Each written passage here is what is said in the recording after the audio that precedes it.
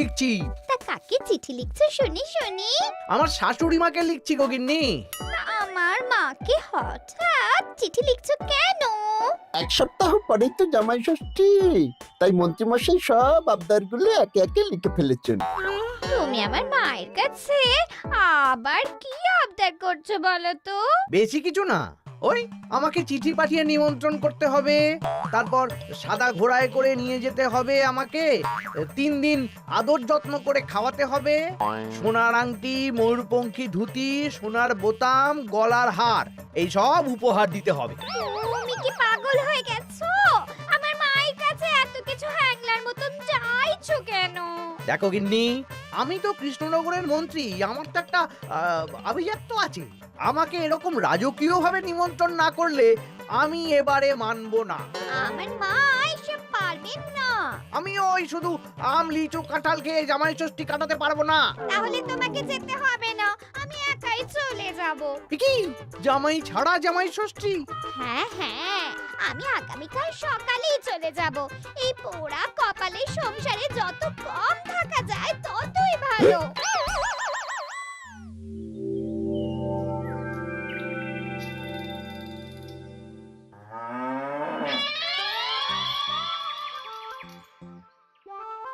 এই চলো চলো চলো চলো।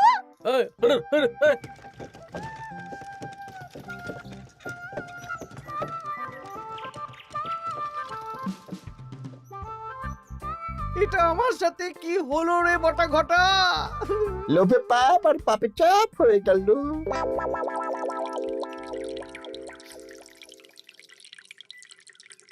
বাহ বাহ, আজ সবাইকেই বেশ খুশি খুশি দেখাচ্ছে। সামনেই তো সবাই শ্বশুর বাড়ি খেতে যাবে, তাই মুখে এত হাসি খুশি ভাব মহারাজ। হ্যাঁ, পরের সপ্তাহেই তো জামাই ষষ্ঠী। তা মন্ত্রী, তোমার কি খবর? আমারও ভালোই খবর। তুমি এত চুপচাপ কেন? আমার জন্য তো আমার শাশুড়ি মা এলাহি আয়োজন করেন, এবারেও নিশ্চয়ই করছেন। কিন্তু গিন্নিমাকে যে দেখলাম আজকেই আপনার শ্বশুর বাড়ি চলে গেলেন, মুখটাও কেমন ভার ভার ছিল। আপনার সাথে ঝগড়া হয়েছে নাকি? এই না না, ঝগড়া কেন করতে যাব? আমি তো গিন্নির সাথে মিষ্টি সুরে কথা বলি। তা গোপাল, তোমার কি খবর? আমার আর কি মহারাজ, এখন তো আর আমি জামাই ষষ্ঠী যাই না, আমাদের নিজেদের মেয়ে জামাই আছে, তাদের নিয়েই ব্যস্ত থাকি। ও, তাই এবারে তারা আসছে তো?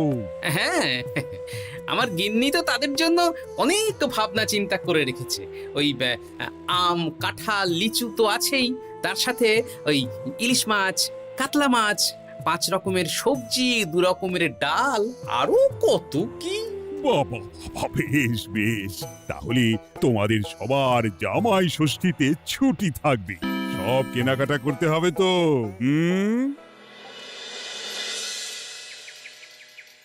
মাথাটা খারাপ হয়ে যাচ্ছে রে, সবাই চব্যচস্য খাবে। মন্ত্রীমশাই, এই তো সুযোগ। কিসের সুযোগ? আমি বলতে চাইছিলাম যে এই সময় সব সভাসদেরাই তো জামাই ষষ্ঠীর নিমন্ত্রণ রক্ষা করতে শ্বশুর বাড়ি যাবে, আর সবাই কিছু না কিছু কিনে নিয়ে যাবে।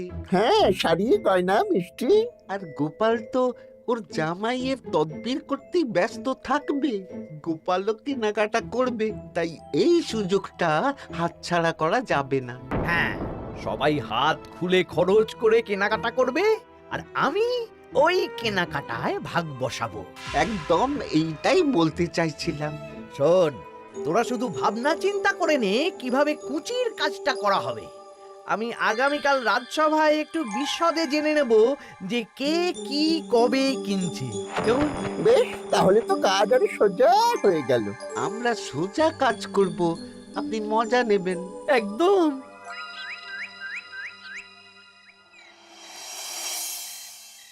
এই কি বলছি শোনো না। মুখ চলছে, কান খোলা, বলে ফেলো। আমি আমাদের জামাইয়ের জন্য একটা আংটি আর মেয়ের জন্য একটা নাক ছাবি বায়না করে এসেছি। হ্যাঁ, মানে মানে তুমি আগামীকাল সন্ধ্যাবেলা দাম মিটিয়ে দিয়ে ওগুলো নিয়ে আসবে, কেমন? ওরে বাবারে, কি হলো গো? ষাট ষাট, কি হলো?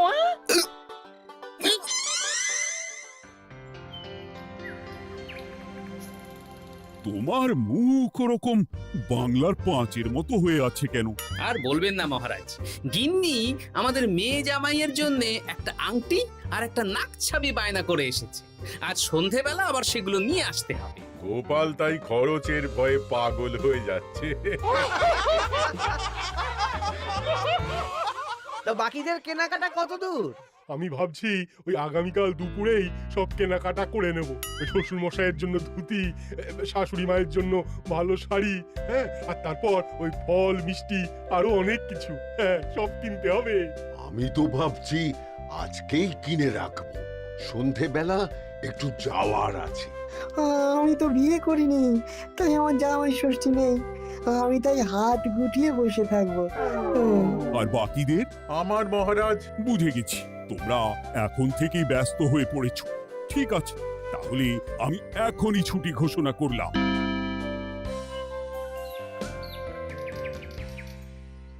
আরে আমার আজকের ভাগ্যটা এতটাই চওড়া যে রাজসভায় শুরুতেই ওই আলোচনা শুরু হয়ে গেল। মানে মানে গোপালের মুখ ভার ছিল, নিজেই কারণ বলে দিল যে আজকে সন্ধ্যাবেলা জামাই আর মেয়ের গয়না কিনতে যাবে। আচ্ছা, আর বাকিরা? বাকিদের ব্যাপারও জেনে নিয়েছি। আমি একটা তালিকা বানিয়ে রেখেছি। কিসের তালিকা? এই যে কে কখন কি উপহার কিনতে যাবে। আরে বাস, তোরা দিনে রাতে চুরি কর, বুঝলি, সারা রাজ্যে চুরি কর। রাঘব বোয়ালের খবর তো আমি দিয়েই দিলাম। এর সাথে সাধারণ প্রজাদের ঘরেও চুরি করব? একদম। মন্ত্রীমশাই, এবারে হিসেবটা 50-50 হবে তো? মানে ওই আমরা যা চুরি করে আনবো তার অর্ধেক আপনার আর অর্ধেক আমাদের। কারণ এবারে তো আর গিন্নিমা নেই, তাই আপনার খরচ নেই। এই তোরা কার সাথে কার তুলনা করছিস?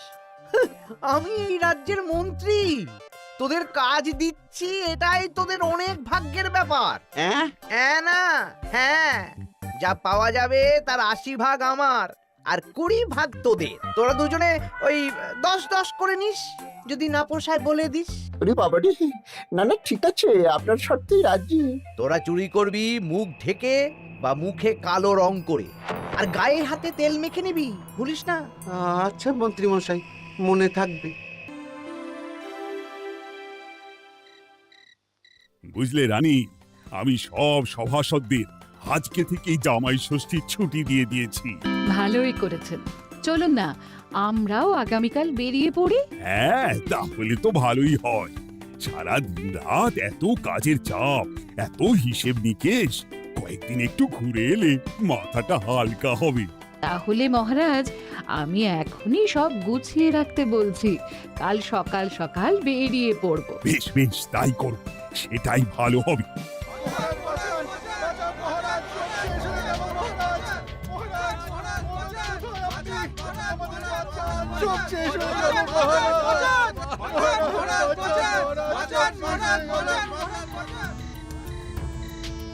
আমি তো আমার শ্বশুরের জন্য একটা পাঞ্জাবি কিনে এনেছিলাম, জানলা দিয়ে চোর শিখ বাড়িয়ে ওই নতুন পাঞ্জাবি চুরি করে নিয়ে পালিয়েছে। আমিও একটু আগে ওই দুটো থলে নিয়ে কেনাকাটা করে ফিরছিলাম, তারপর দেখি দুদিক থেকে দুটো কালো মতন মুখের লোক এলো আর ছোঁ করে আমার হাত থেকে দুটো থলে নিয়ে পালালো। ছি ছি সেনাপতি, তুমি না আমাদের রাজ্যের সেনাপতি, আর তোমার হাত থেকে চুরি হয়ে গেল? দুটো চোরকে ধরতে পারলে না? অনেকক্ষণ ছুটে একটা চোরকে ধরে ফেলেছিলাম মহারাজ, কিন্তু ওর হাতে এত তেল মাখানো ছিল যে যেই হাতটা ধরি অমনি পিছলে পালিয়ে যায়। মহারাজ, আমার তো বাড়ি থেকে দুটো পাতা কাঁঠাল নিয়ে পালিয়েছে, সাথে একটা রূপোর বাটি। ভেবেছিলাম এই বছর জামাইকে রূপোর বাটিতে পায়েস খাওয়াবো, কিন্তু সর্বনাশ হয়ে গেল। বলো কি?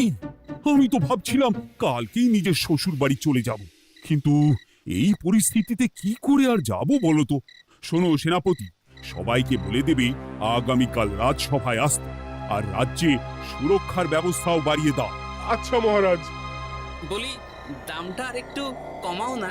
না না না, এর চেয়ে কমে দিতে পারবো না। তুমি যা বলছো তাতে শুধু আংটি হবে, কিন্তু নাক ছাবি হবে না। আরে বাবা, আমার এখন হাত টান অবস্থা, তুমি বোঝার চেষ্টা করো। এক কাজ করো, আমাকে আমাকে তুমি ধারে দিয়ে দাও। আমার কাছে গয়না কেনার একটাই মূল মন্ত্র, আজ নগদ কাল ধার। হয় নগদ দাও, নইলে খালি হাতে যেতে হবে। বেশ, আমি তাহলে কালকেই আসবো, ধারে নিয়ে যাব। হ্যাঁ, বাবা রে বাবা, কি শেয়ানা বুদ্ধি! উহ,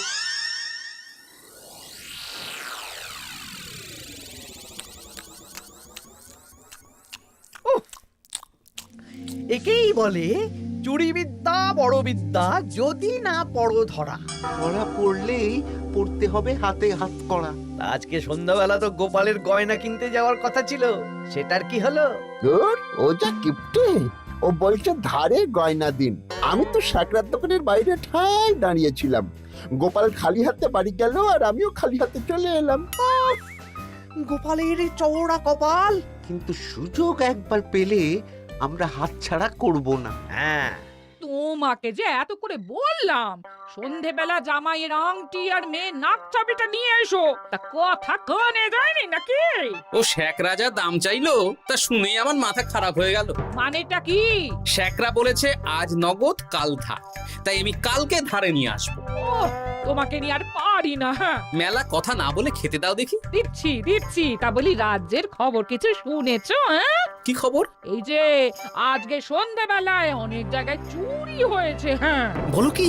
হ্যাঁ গো হ্যাঁ, আগামীকাল তোমাদের রাজসভার ছুটি বাতিল। রাজবাড়ি থেকে লোক এসেছিল, জানিয়ে গেছে। ব্যাপারটা কি? বলছি হাত পা ধুয়ে নাও, খেতে বসো। বলছি দাঁড়াও।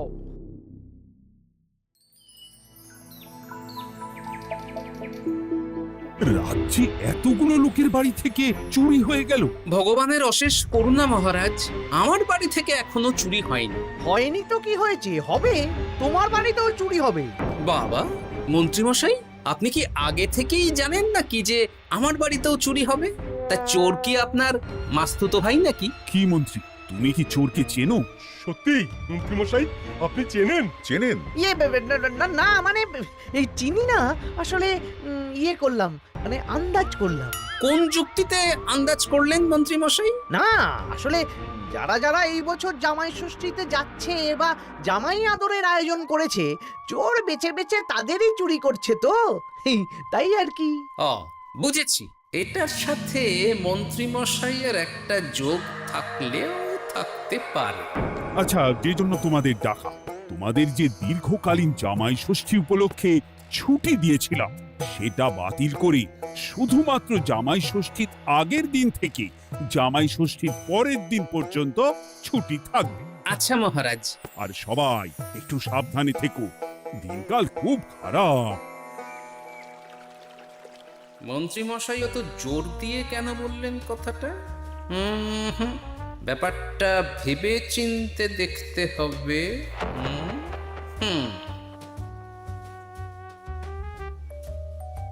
এই তো পুটি, এই পুটি, শোন। বলো।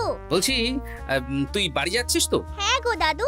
শোন না, তোর বাবাকে একবার দুপুরবেলা আমার সাথে দেখা করতে বলিস তো। আচ্ছা দাদু, ঠিক আছে, আমি বলে দেব।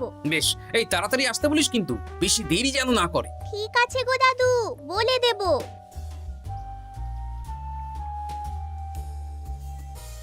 এবারে বিজ্ঞানীর বাড়ি একবার যেতে হবে। এটাই কাজ হবে তো বিজ্ঞানী? আলবাত হবে। এই হলো আমার আবিষ্কৃত বিশেষ চুলকানি চূর্ণ। একবার লাগলে 10 ঘন্টা চুলকবে। ঠিক আছে।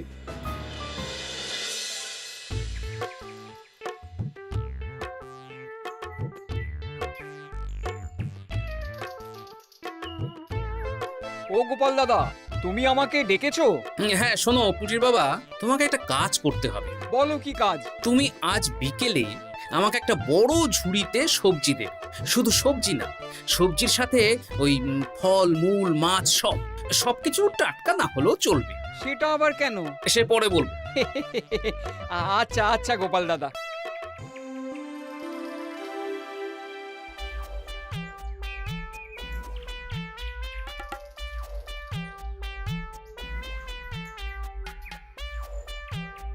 বাবা, পুটির বাবা এত শাক সবজি ফল নিয়ে বাড়ি যাচ্ছ নাকি? না না, গোপাল দাদার বাড়ি যাচ্ছি। জামাই ষষ্ঠীর এলাহি আয়োজন করেছে তো। ও তাই তো, তাই তো। বেশ বেশ, যাও যাও যাও।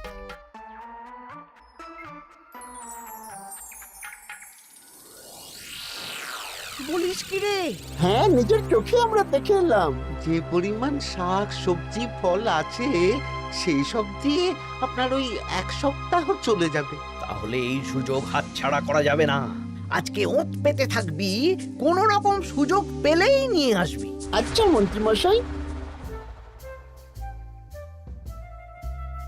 এই এসব তুমি কি মেশাচ্ছ ঝুড়িতে? হ্যাঁ, চুপ, এটা চোরের দাওয়াই। এখন এই ঝুড়ি এখানেই থাকবে। যদি মন্ত্রীর কথা মতন চোর বাবাজি নিলেই ফাঁসবে। যাও যাও, আমার জন্য একটু মুড়ি বাদাম নিয়ে এসো, যাও।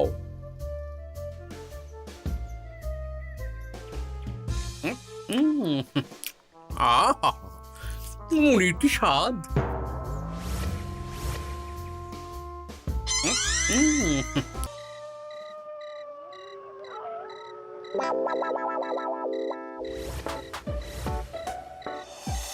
এই কটা সবজি ফলগুলো আমাদের জন্য অপেক্ষা করছে, দেখ দেখ।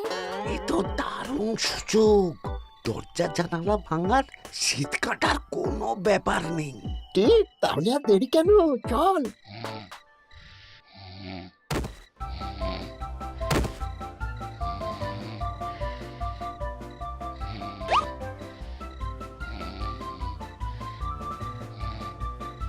পরিবার কি চুল করছে রে?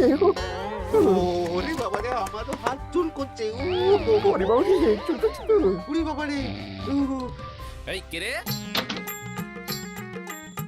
এই সেরেছে, গোপাল চলে এসেছে। আর পালানোর পথ নেই। এবার আমরা কোথায় যাব? কোথাও যেতে পারবি না। সারা রাত এই উঠোনেই গোল গোল করে ঘুরতে থাক।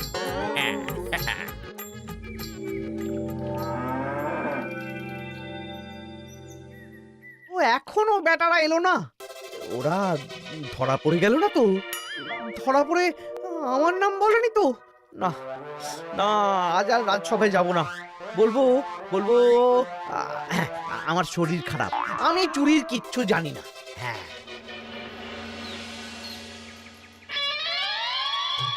শুধু মন্ত্রী আসেন। মন্ত্রী মশাই ভয়ে আসেননি মহারাজ। মানে? মানে মন্ত্রী মশাইয়ের 2 বিষাক্ত হাত ধরা পড়ে গেছে। এরা দুজনে মন্ত্রী মশাইয়ের নির্দেশে সবার বাড়ি বাড়ি চুরি করেছে, ছিনতাই করেছে। তাহলে আর দেরি কেন? চলুন মন্ত্রীকে ধরে আনি। এ না হয় ধরবেন, কিন্তু উনি যদি অস্বীকার করেন, কারণ চুরির সময় উনি তো উপস্থিত ছিলেন না, যদি বটা ঘটার কথা অস্বীকার করেন। সে ভাবনাও আমার ভাবা আছে। শোন বটা ঘটা, এই তো ভালো বুদ্ধি, চলো সবাই।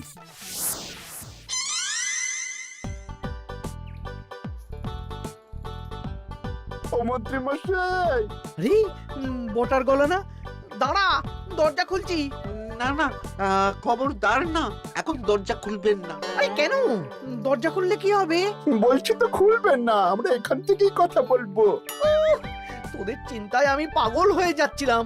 তোদের যে গতকাল সন্ধ্যাবেলা গোপালের বাড়িতে চুরি করতে পাঠালাম, সেটার কি হলো? সেটা আমি পরে বলবো। আগে বলুন, আপনি আজ রাজসভায় যাননি কেন? আরে ভয়ে ভয়ে, আমি ভাবলাম তোরা ধরা পড়ে গেছিস। এবার আপনি দরজা খুললেই দেখতে পাবেন আমরা কি এনেছি। একবার বলে দরজা খুলুন, একবার বলে খুলবেন না। কি হচ্ছেটা কি বটা? এ কি? মন্ত্রী, তাহলে তুমি সেই চোরের মাথা। মানে মাস্তুতো ভাই, আমার চালে সব নিজের মুখে স্বীকার করে নিলেন, আর কিছু না বললেও হবে। না না না না না না, আরে ওই তো আমার চুরি যাওয়া জিনিস। ওই তো আমার শ্বশুর মশাইয়ের ঢিলে করা পাঞ্জাবি। সেনাপতি, মন্ত্রীকে আর বটা ঘটাকে কারাগারে নিয়ে গিয়ে আচ্ছা সে ধোলাই দাও। একদম মেরে জামাই আদর করব। চলুন। আমার ধরা পড়ে গেলাম। এবার সবার ছুটি, যাও যাও আনন্দ করো, খাও আর খাওয়াও।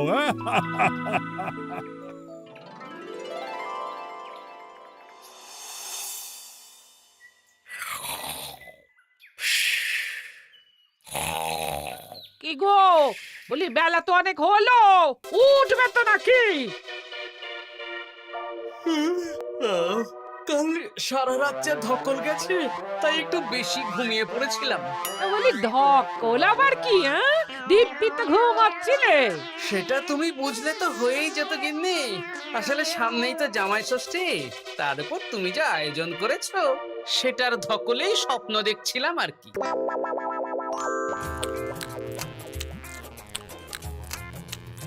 জমানো দই, দমদমাট খাবার, দারুণ হয়েছে রান্না।